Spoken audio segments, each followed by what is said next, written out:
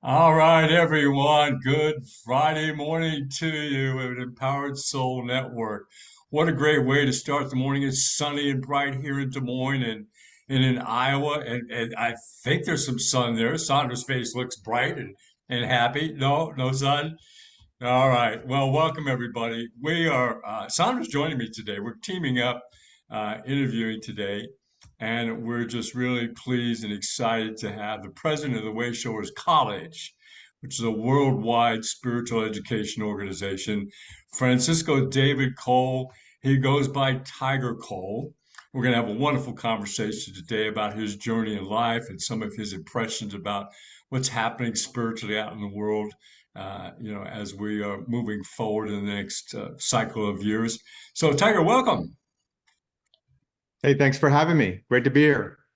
Great. I'm enjoying the sun you're talking about. So I can send Yes, it to you, Sandra. yes. Please, Well, please. yeah. By the time we get done, you'll see sunshine.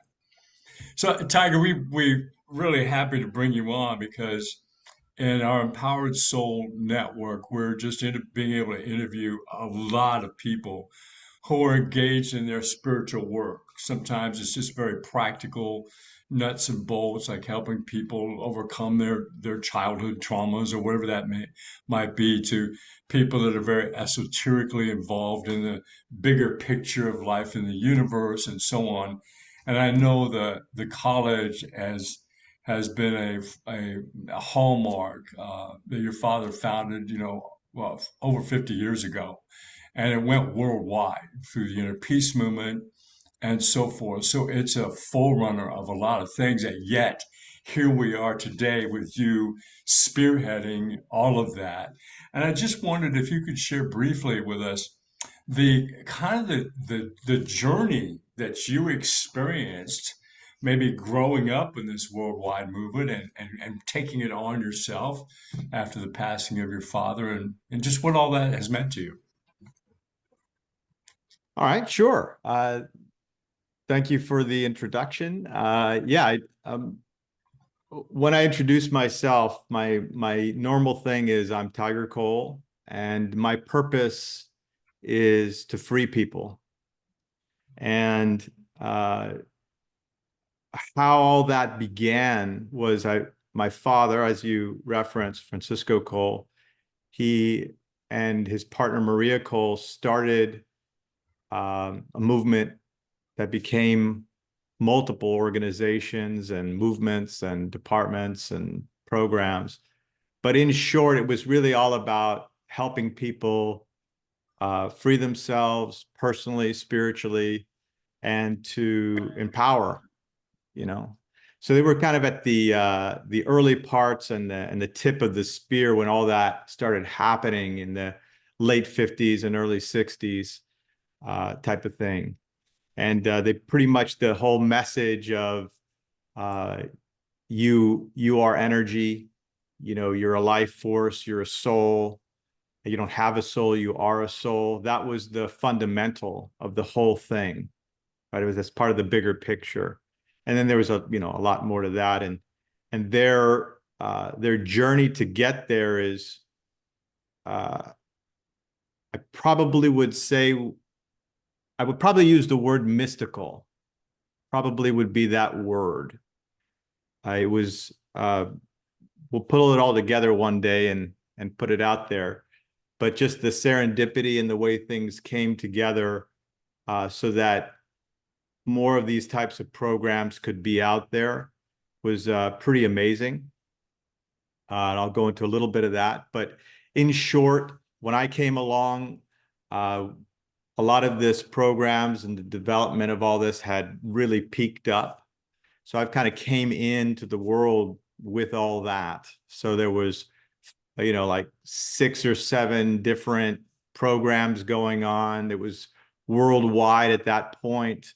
Lots of people not only receiving a lot of the services and programs, but they were actually teaching it as well. And that's part of the program as a whole, is if you take it, you can teach it, right? You only need to be one step ahead in order to pass on something to someone new. And so that really helped things expand. It was really a powerful time to come in. So when I came into that, uh, this was just kind of what I knew. There wasn't any, I didn't know any different, that this is what it was, right? So by the, before I was 1 years old, I had already traveled to a couple different countries. And I think before I was 2 years old, I had been to like 8 or 10 or something like that, you know? And I don't know if those of you who've been around and remember in the old days when we used to travel, everyone used to wear a suit, right? You had to wear, like, this was like, it's like going to church almost, you know, you had to wear this suit and go into on the airplane, and everybody was well dressed. And somewhere there's me as a baby with this little baby suit on, you know, traveling around on these airplanes and stuff. So anyway, I grew up as they were doing the seminars and the workshops in the United States and around different countries, and just, you know, crawling around, learning and absorbing all of that. So that was pretty much my first 7 years. And then, of course, growing up around other people. I jokingly say I don't have any brothers and sisters, but I jokingly say I have about 1,000 brothers and 1,000 sisters, because all the people in the program were just, you know, we were just joined, you know, together as a big team. And then on top of that, working with other young people my age, a little bit older, a little bit younger, growing up, that also created a strong bond. So I was never felt alone in that part. And then, of course, um, when I hit 7 years old, I ended up going to school, you know, as you do. And that was really the culture shock right there. That was the change. Uh, you know, people treated each other differently. There was a hierarchy. There was what kids do. You know, it's life. You know, so that was actually a bit of a challenge for me personally. It actually caused me to kind of go inward a good bit. I became a bit of more of a shy kid at that point. Up to that point, I was quite gregarious and free, and which is why I got the nickname Tiger, because I was always bouncing around and running around and all that kind of thing. So that was a bit of a change for me. So then starting to navigate that, I grew up in that. I still had that part, even though I was going to school more consistently. On my summers or times off, I would go back and either travel with Francisco and Maria, or I'd be at camp or something like that. So that basically continued all those workshops and seminars, and working with that, understanding what they were doing, new things would be developed, all of it related to, you know, the personal development, spiritual growth, self-understanding, all that world. And so in that process, I always knew that I was being groomed for something, right? It wasn't hidden. But it wasn't forced situation, but there was a very clear awareness that, okay, Tiger, you're going to be taking this over, kind of thinking and feeling. So as a young boy, I was apprentice first and son second, would be the best way to describe it. Now, I never lacked anything. I didn't feel any lack of love, but I knew that was the deal. And I actually didn't know any different, like I said, until you get out and start working with other friends and stuff like that. So then it became different. But that was the early days of growing up. And then to kind of move this along, that when I became 18, I decided to go out. And so I joined the service. I joined the Navy. I worked my way through the SEAL program, did that for a couple of years, got out, came back, worked a little bit with the program again, worked with Francisco, and then started branching out, started becoming a builder, worked with all kinds of different stuff. I delivered pizzas, built houses, paint houses, um, quite a few things in between. So uh, I know how to flip pizzas. I know how to do electricity and plumbing. If you want to know about plumbing, here's all you need to know. Water flows downhill. Everything after that is pretty straightforward. Right? But that just really helped a lot. All that fundamentals, foundations, which I'll be talking about a bit. But then in 1999, Francisco passed on, and I moved in more to the role that I have now, and started doing this more part-time into full-time, and developed to where I am today. So that's the more or less the short version. There's a couple more things in there, but just for the sake of the the interview, that's kind of the really short version of the growing up in the beginnings. Sandra, what's inspiring you to share and Well, ask? yeah, so I have a specific question. When you talked about going and joining the SEAL program, how do you find that the way you grew up helped you get through that? Because that's a challenging program to move through. Yeah, so that was kind of like culture shock number two, right? If going to school and dealing with all of the school stuff and the high school stuff that everybody does, uh, joining the service was probably culture shock number two, because it brought me into a world of where there was a lot more states of consciousness, a lot more people at different levels. I mean, everything that you wouldn't think, like people that not knowing how to really bathe themselves properly, all the way to people who have, doctorates, degrees and stuff. So you really have a wide window there. So that was a bit of a culture shock. I think the thing that helped me get through was having a sense of a bigger picture, and knowing that I was not alone. In this program, we talk about um, spiritual helpers or guidance, or, your higher self. That probably helped, those two things, knowing that there's a bigger picture and helping me hear and understand, feel, know, all that kind of stuff. That helped me. I have a quick story about that.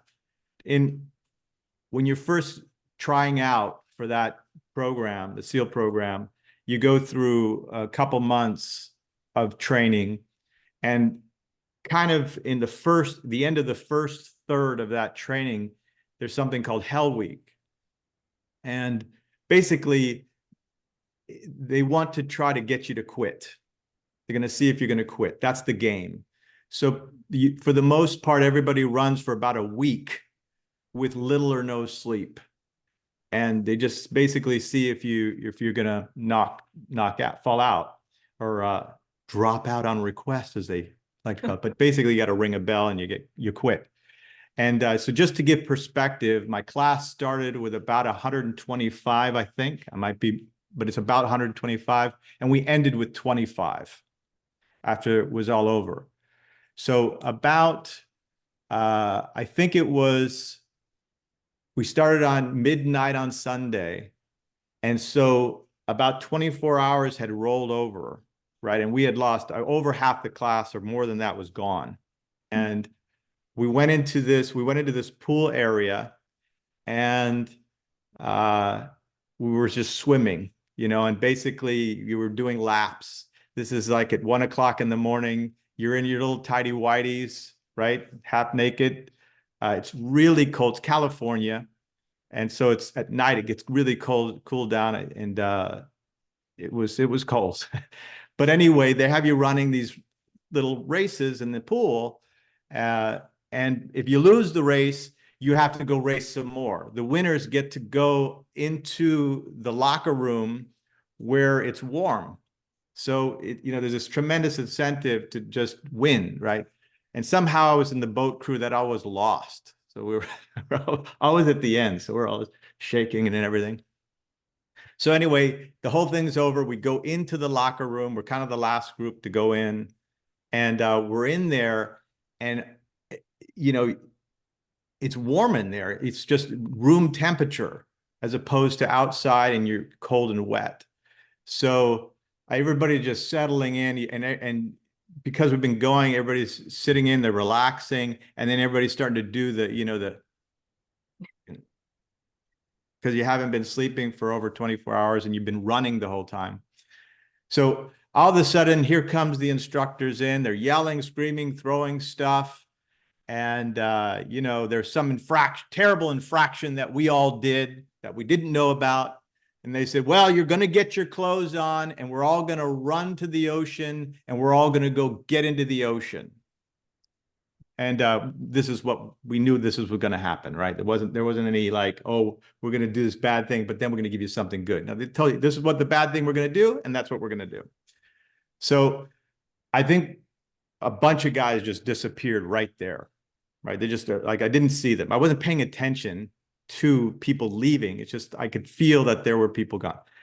And I remember sitting down, we're supposed to get our clothes on. They're yelling, hurry up, hurry up. And they leave. So, we're all doing my thing. And I remember sitting down and in my mind, I remember thinking, I don't know if I want to do this anymore.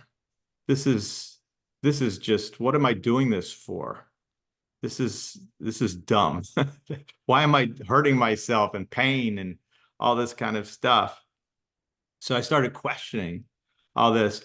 And I heard you've heard of the still voice inside, right? And I heard this voice. It was very clear. It just said, look down. I went, you're half in and half out, 24 hours running, right? So I just did it. I just looked down. And as I looked down, I realized I had put my boots on. And I didn't realize I'd put my boots on. And it was just the communication trying to tell me, like, you're already going. You're already moving. Keep going. That was the impression, right? But the voice was look down, right?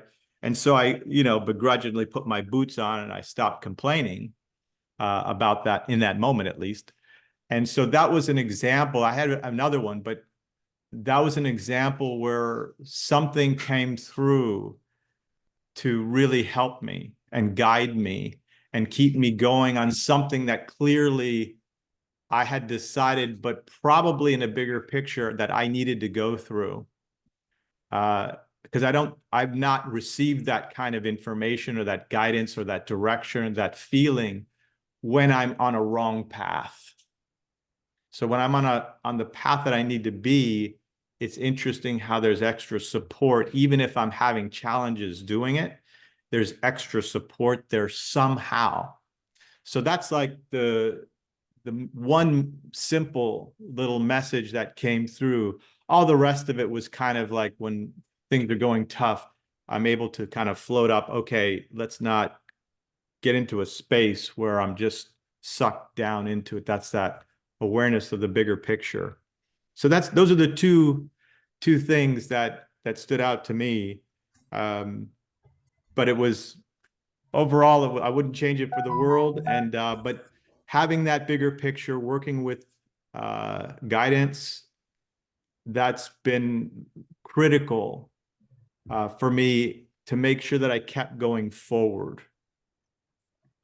Tiger, I mean, that's a great story, and there's a common denominator in there.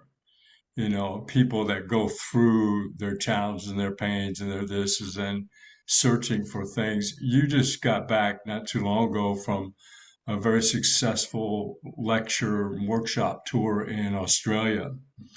And I'm curious because a lot of times we think that, okay, we're in the United States and we have our ways, and so on. And I've found that people are searching everywhere. no matter what culture or background they're from. So when you were in Australia, what did you see that people were searching for? What was the challenges that they wanted to kind of step out of and into? There may be a parallel that story that you just told, but what were you seeing in people? Yeah, so I did a little tour through Australia and New Zealand, sponsored by IPMI of Australia there, and I did it was great fun. Was invited over about 3 months, 2 months in Australia, 1 month in New Zealand, and did what we would call a standard lecture tour, where you give a series of free lectures, also an orientation, about an hour and a half orientation, where you give the big picture that I've been talking about and different symbols and so forth, and techniques, and then a technique workshop that would follow it up, where it's 3.5 hours of going over basic things, but also just loading people up with techniques that they can take home and work with, and very practical stuff, mystical but practical. Uh, I would say that the thing that was the common denominator is that everyone has this sense or need for change and shifts that are going on. Like that people, we all seem to be aware that there's a lot of shifting and changing, and things are moving from one place to another, right? I kind of like my more descriptive way I say it is it's kind of like a tide, the tide that goes in and the tide that comes out, right? And then because of the moon, sometimes if you have a full moon, you have a really high tide and a really low tide, that kind of thing. So we're kind of in this space where we're having a really high tide and a really low tide, right? And so I think I would say number one, everybody that I encountered, generally speaking, could feel that. Like they may not know what it is, but they can feel it. The second thing I would say is more and more people are needing to bring back their fundamentals and foundations, like where they begin and end, who they really are, where are they going, what do they want to do, what do they need to do, is this right for me?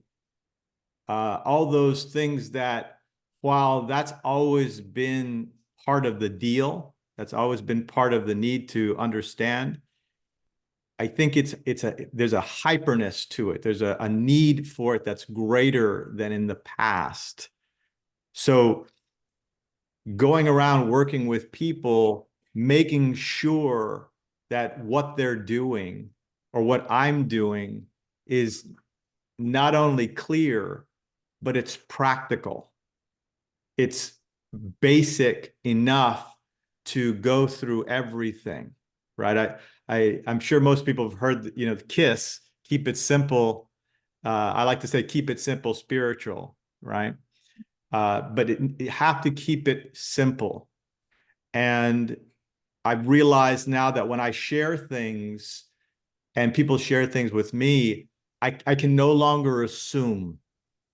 Right? There's nothing that I can assume anymore. So if someone says, "Oh, yeah, I understand this," I'll ask another question to make sure that they actually do. It's not just something at the surface, or they're just in their head about that. It's got kind of a balance of the head and heart in it, right? The thought and feeling to it.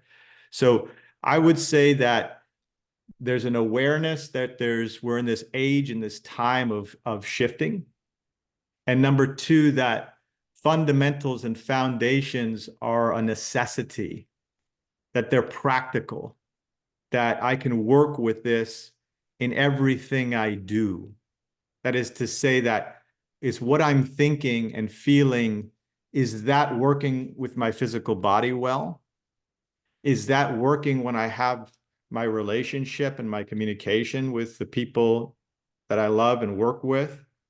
Is it helping me advance in my business or at work? Right? if it's something fundamental and practical, and it will do all of that. It's not something that I'll put down when I walk out of the door house. It's something that will pass through all of it, right? And so that is something that has been a need, I would say, from a fundamental, like, is this something that's the whole, that there's an old Asian saying, it says, no one thing, no 10,000 things. And it just basically means that if you truly know, this is a little bit of a pitch here, but if you truly know that you are a life force, you are a soul, your energy, if you truly know that, then how is that penetrating your body, your relationships, your work, etc.? Is that actually flowing? Is that message flowing through? Right? Are your virtues and values, the things that you feel are important, is that flowing all the way through? So if I were to impart a message, I would say that that needs to be clear, right? Because these things get broken over time as they need to, because I have to reevaluate who I am and where I'm at in my cycles and different times in my life, different relationships, different jobs. These things can get broken. The continuity can get lost. So if whatever the things that I'm interested in, are they passing all the way through? Am I making them practical, a way of life, right? That's essential. Without that, there's going to be more troubles when there none need to be, right? Because I can't control other people out there. You know, of there's four spiritual gifts. I'm what they call an intuitive, right? Which is more about factual and more being directed and discerning things. It's kind of earthy type feeling.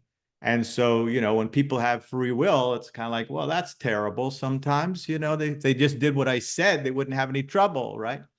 I'm joking, of course, but that is, if there's a sense of continuity in what you're doing and who you are, then there's going to be a lot more ease rather than dis-ease, right?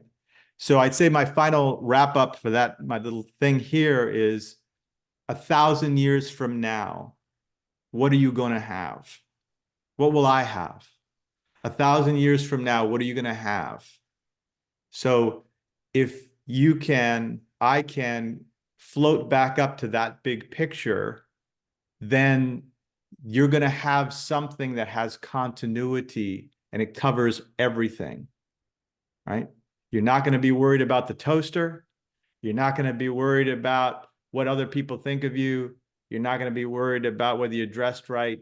While all these things are important, what is the continuity that goes through the whole thing? And 1,000 years from now, what are you going to have? So that would be the key thing that came out, I would say, from the tour, and just sharing with people, generally speaking, if there's that feeling that they're whole, right? They can believe in themselves, then they've got it.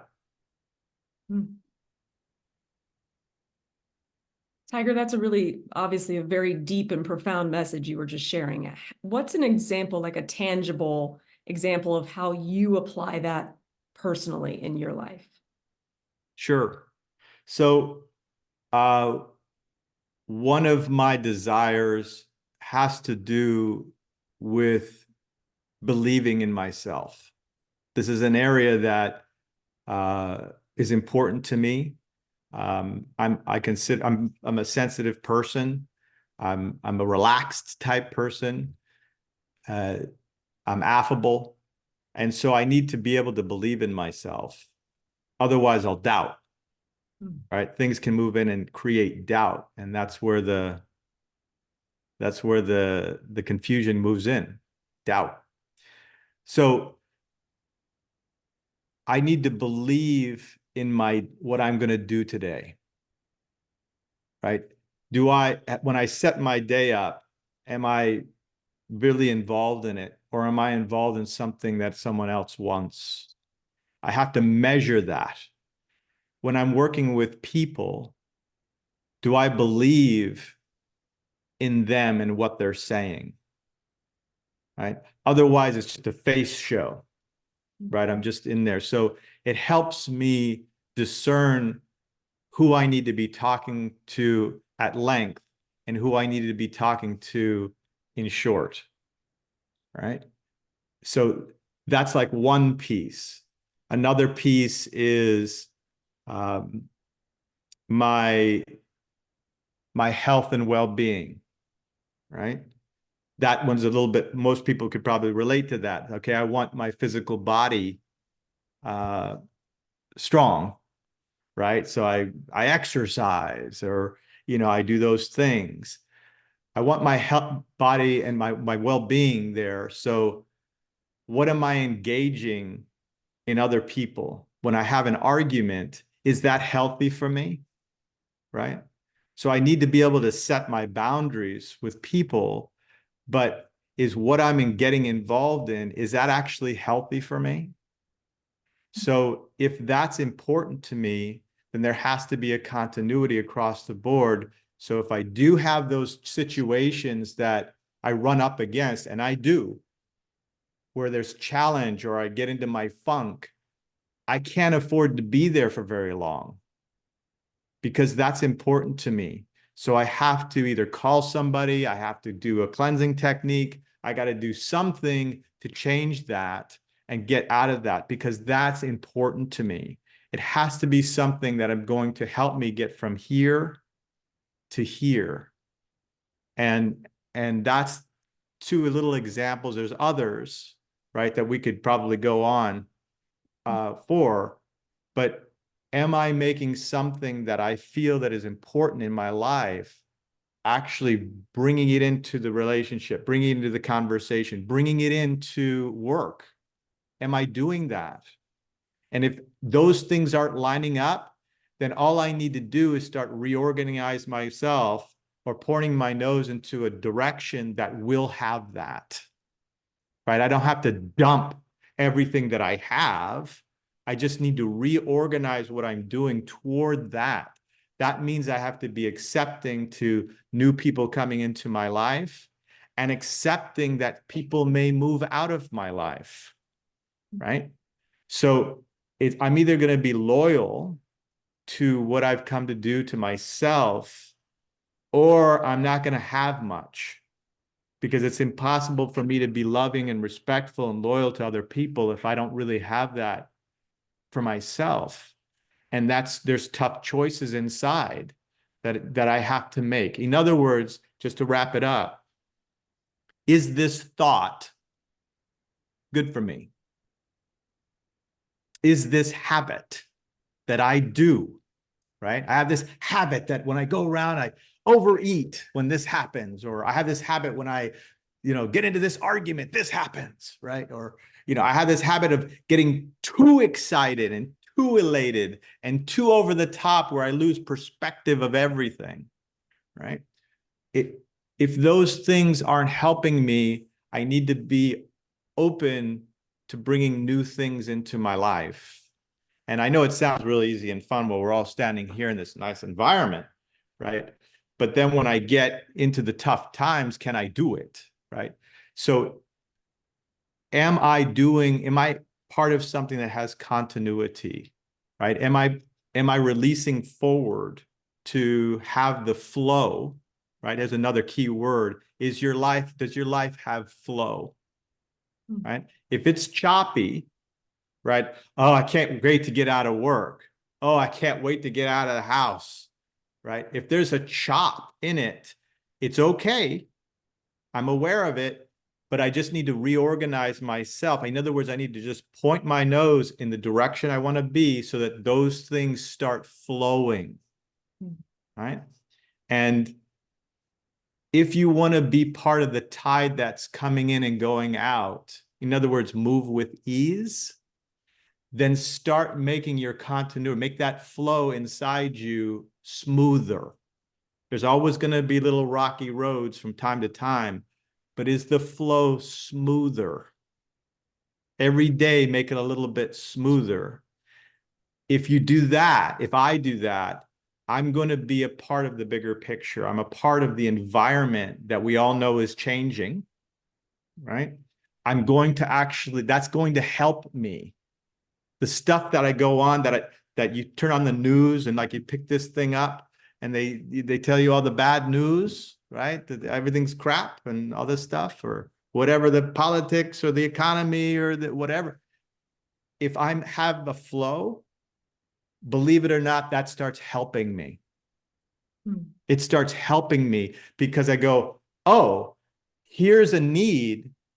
I can fulfill that need. Or, oh, look at that, what's going on. I don't need to be a part of that. I'm going to float over here.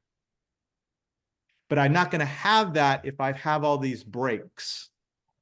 I'm not going to have that naturalness if I can't wait to get out of the house. I can't wait to, get out of this damn job, or God, this person, oh God, or my body. Oh God, it's like, okay, well then do what I need to do to start doing something about it. Right? I don't have to destroy anything. I don't have to be afraid of anything. Just what do I need to do to just start having flow? Right? It's another way to say it. So everything around me, I just say the royal you, right? Everything around you is there for a reason. And if you don't see it that way, you're going to be in conflict with it. Right? I'm not saying everything, oh yeah, just suck all the bad up. I'm saying that it's there for a reason. What are you going to do about it? How are you going to work with it? Because Tiger, it's going to be here when I die. And it was here before I came in. So I can't get so wrapped up in it that it consumes me. All I can do is be of service and fulfill what I've come to do. That's it. That is it. That's the great thing about getting older. I'm sure you know, people listening to this, as you get older, you start realizing what's important and what's not. And, it was here before and it's going to be here after. So I can be of service. I can help a little bit, but am I getting my needs met? Am I doing what I've come to do? Right. And to me, if have that flow and that sense of continuity, that beingness, there's another word for it, then all of that is going to be so much easier. It's going to be so much easier, and everybody in my life will help me get there, right? They will tell me whether I need to move out from that or move toward that. They will tell me. I feel it in my bones. I don't have to think about it. It will be it'll be a feel, think, act thing. Right? One of our techniques. But I'd say the flow is one of the key things that you're bringing up to me. Yeah. So, Tiger, as we wrap up here, I'm reminded as you're talking that your father said that his whole work was like being a forerunner, and now you see massive amounts of people who are coaching, their movements, their this, their that, and that we need hundreds of thousands more. He also said to really help people who are spiritually awakening and so on. So after almost 25 years of his passing, and being engaged with it the way you are, how would you describe, and I hope people are hearing the energy of this as you've been talking, but how would you describe what is distinctive today about what the Way Shores College is about and has to offer to people? People talk about breath work and meditation and this and that. What are you finding is really impacting people with the way the college expresses and helps people? Sure. Right. So on planet Earth, competition is a part of the game. Right? You can't, your cells won't be able to function and regenerate without competition. Right? So we need some of that. We need some of that to survive and live and thrive, even competition. But spiritually, there's no such thing.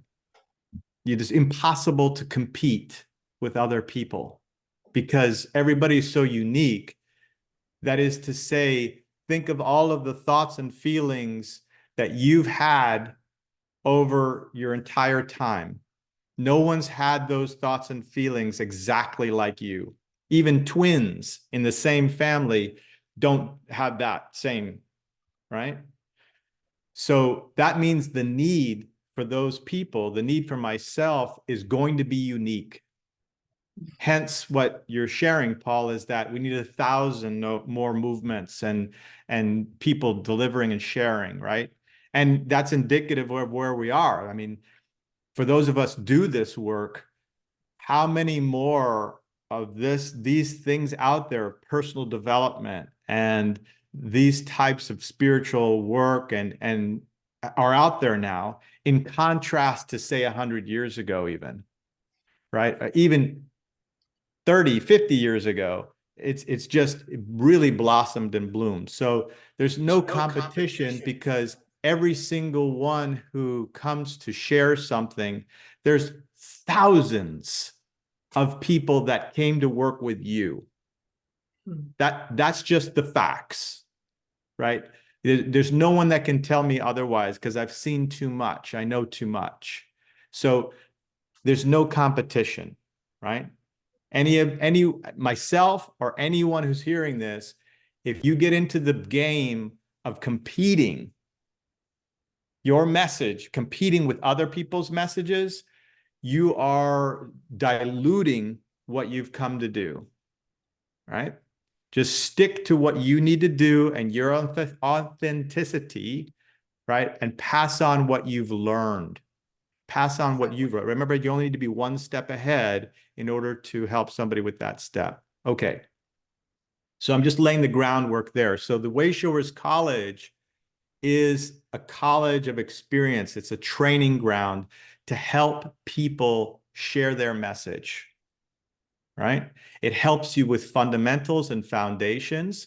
So ideally, you don't get trapped in things you don't need to be involved in. It can help people move them from here to here, right? So the college's mission is to democratize spiritual work. That's its mission, right? To give the opportunity for people to pass on what they've learned, right, in an organized and professional way. So the college itself has really to serve primarily one purpose, and that's for people who want to go out and pass things on to others. I mean, it has a huge amount, a voluminous amount of courses and so forth that we can all get and receive. There's a great online videos and so forth you can go to. I highly recommend it. But the college itself will help me as someone who wants to get their own foundation set and be able to pass it on. It is, well, I mean, the moniker, our motto is spiritual freedom is our business, right? So we're not a religion. We're not religious or non-religious. It's just very simple facts, things that have been developed and have stood the test of time, extracted things that have been around for thousands of years that back down to the essence without any dogma or theology. And that way you can get that pureness without someone's interpretation, right? That's the goal. And so that you yourself can start tapping into the source, right? That way you're not beholden to anybody. Your spiritual helpers, your angels, guides, whatever you want to call them, their mission, their purpose is to help free their brothers and sisters from the bondage of ignorance. Big fancy phrase there. But in short, they're here to help me become a master of myself. So the college is all about helping people accelerate that and pass it on so that others can do that. Right? So without me imposing my learning, because there's things that I came to learn specifically, like you were bringing up, asking about being in the service and you know, I've got to flip this pizza and build this house and all this kind of things, having these interesting relationships, right? Those are unique to me. The specifics of that are unique to me. There's a common denominator there that we can all share. But why I say it that way is because I can pass on these truths, you know, with that little bit of training from the college, I can pass these truths on, my experience, without coloring it, so that you can go and go beyond me, right? Which is the goal. If I'm doing my job well, you can go past what I've done, right? Or I guess the old thing they say, on the shoulders of giants, I can see further, right? So all the people that came before me that I consider, you know, amazing giants, I can see further because I get to move past where they were, right? As long as I don't forget my fundamentals and foundations, right? So I would say the college is really that training ground, right? It's a simple place to help people, to pass on not only the basics, but to go as far as they want. No contracts, so you can stop anytime, kind of thing. I know the two of you are instructors and certified consultants. So, you know, people can come and get what they need and then move on if that's what they need to do, right? Or continue, ready to go Beautiful. for more. But, you know, helping people free themselves, helping people help themselves. That's the moniker. That's the goal, helping people to help themselves. We're not, if you want somebody, let me put it, my other caveat. If you want someone to do this all for you, you're in the wrong place. There we go. There we go. But if you want some people to help you so that you can do it yourself and become more powerful, then that's what this is all about. Tiger, this has just absolutely been an awesome interview. I hope people get a chance to see it. Really, I know they will resonate with it. Tell us how we can get in touch with you and the college. You can email the college at facts, FACTS, at wayshowerscollege.com. Also, you can go to our website at wayshowerscollege.com. You'll be able to find these great videos to kind of give you the introduction.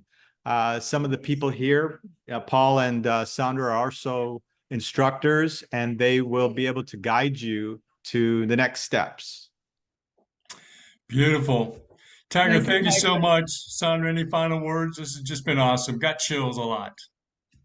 Yeah, no, it's always great to connect. Obviously, I know you for a very long time, so it's great to hear you express yourself and express such clear thoughts in a way that I can connect to it personally as well. So I appreciate you here. And just my final thought too is that the last things that Tiger is talking about, Empowered Soul Network, that's one of the stages for being able to have that voice and express yourself. So again, if you're seeing this and you resonate with the energy of maybe I've got something to share, maybe I could talk about my military training, maybe I could do this, maybe I could do that. Please reach out to us and let us know if you'd like to have an interview, and as well join our Empowered Soul Network if you haven't already, and spread the word. Tiger, thank you so much. Wonderful time. Lots of love and light. Take care, everybody. Have a wonderful Thank day. you. Have a great day, See you all everyone. soon. Stick around, Tiger, for just a minute.